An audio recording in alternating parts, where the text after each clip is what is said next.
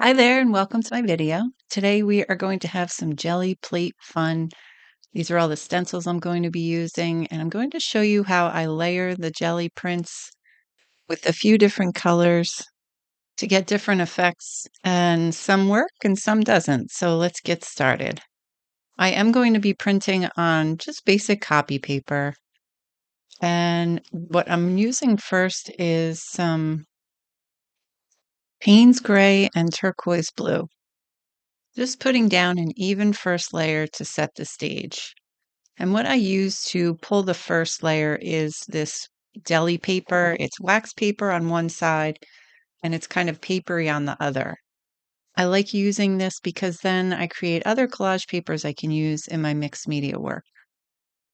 So I'm just using this stencil to create some shapes on the plate and giving it some nice pressure so that the paint does come up. Now here I'm using my helper plate. It's really a great little side gig to use to combine colors and also create smaller prints.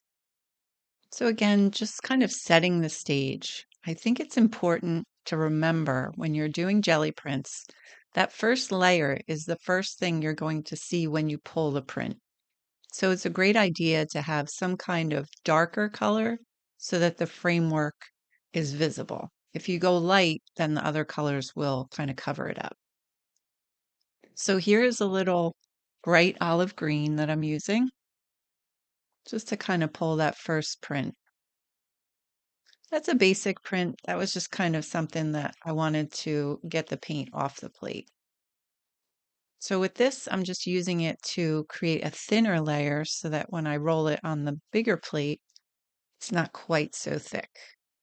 Now, the trick to creating layers in the prints is to let the layers of paint dry in between. So with this one, I'm doing a stencil and I'm pulling up the print very quickly so that it doesn't dry while I'm trying to pull the print up.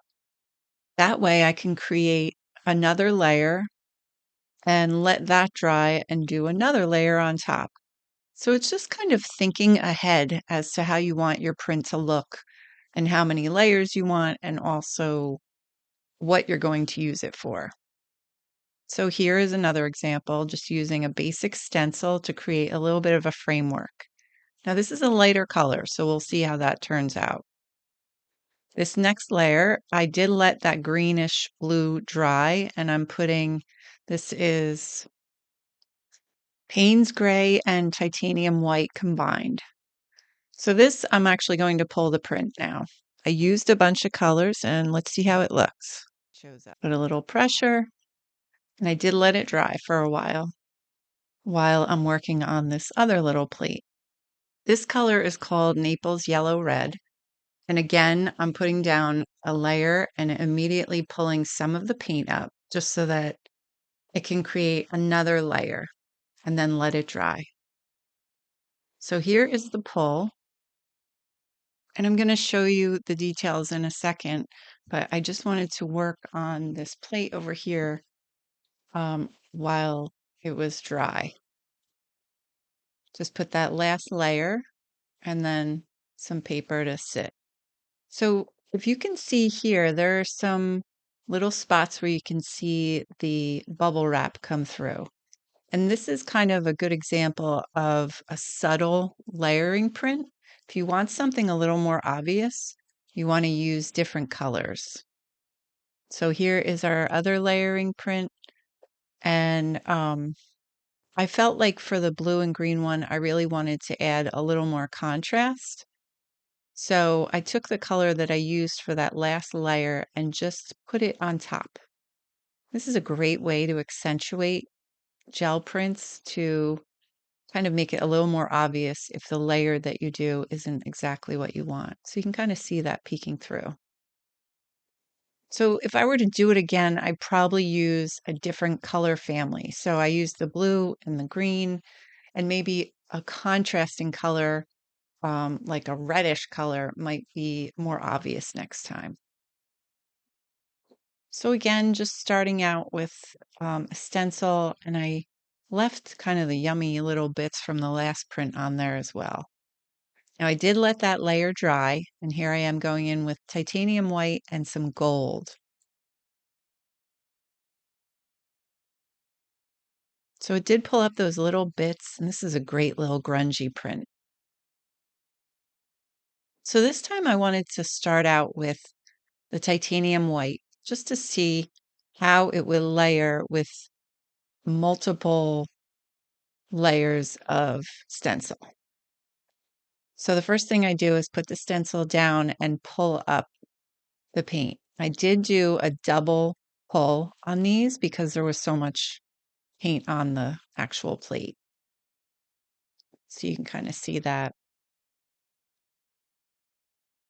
And I did that for the whole plate. So now I'm going in with magenta. So it's really important when you're using a little bit of a darker color on top of a white that you make sure that that first color is very dry because you can kind of still see it underneath the pattern, right? So that paint, the pink paint is still fresh. So I'm just pulling up some of the color, the pattern, so it kind of creates that little extra layer on top there. And then just using a different stencil.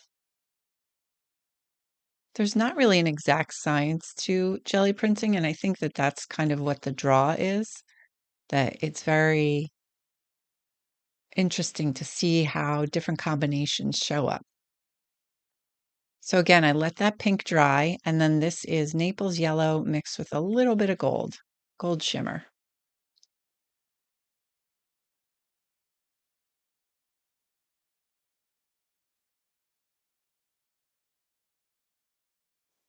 So while that print is drying on the paper, I'm just using the helper plate to create another print.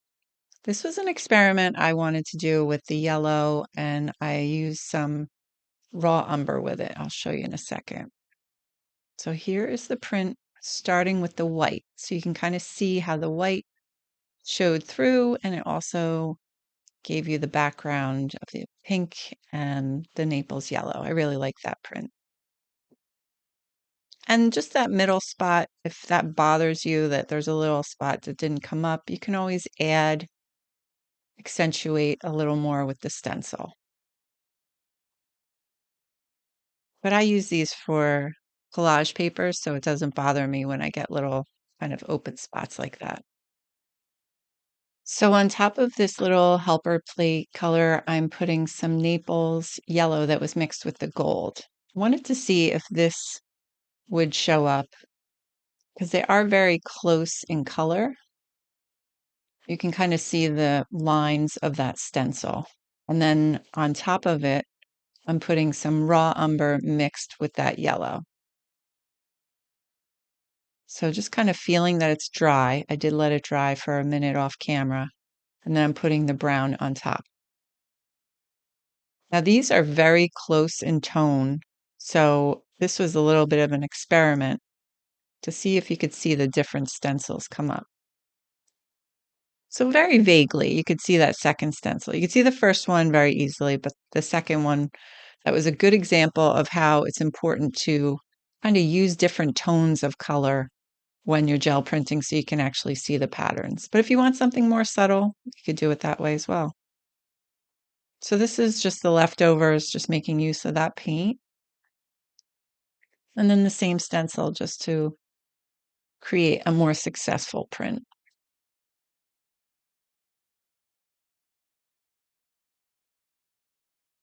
So again, I'm using the deli paper just to pull off that excess paint from the plate and just create that first framework of what you'll see on the print. I'm using fluorescent pink and a little white, titanium white, and then that is yellow oxide that I'll use a little later. So this got a little lighter pink than I wanted, so I just added the fluorescent pink back in. Just kind of rolling it over because that brown is completely dry underneath, so I'm not worried about pulling up the pattern. And then immediately I am going to pull up some of that pink, just so it doesn't totally overpower. And that kind of created a nice little print. And then now while I let that dry, I'm just playing with the helper plate. That's a lot of paint on that plate, so it took me a little bit, took a few pulls to get the X prints to come through and off the plate.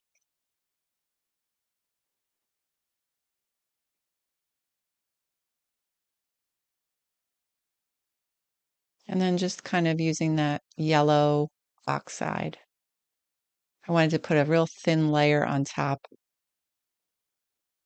And that's what's going to show through from the background. So just putting that down to sit for a minute and then creating a little bit more on the helper plate.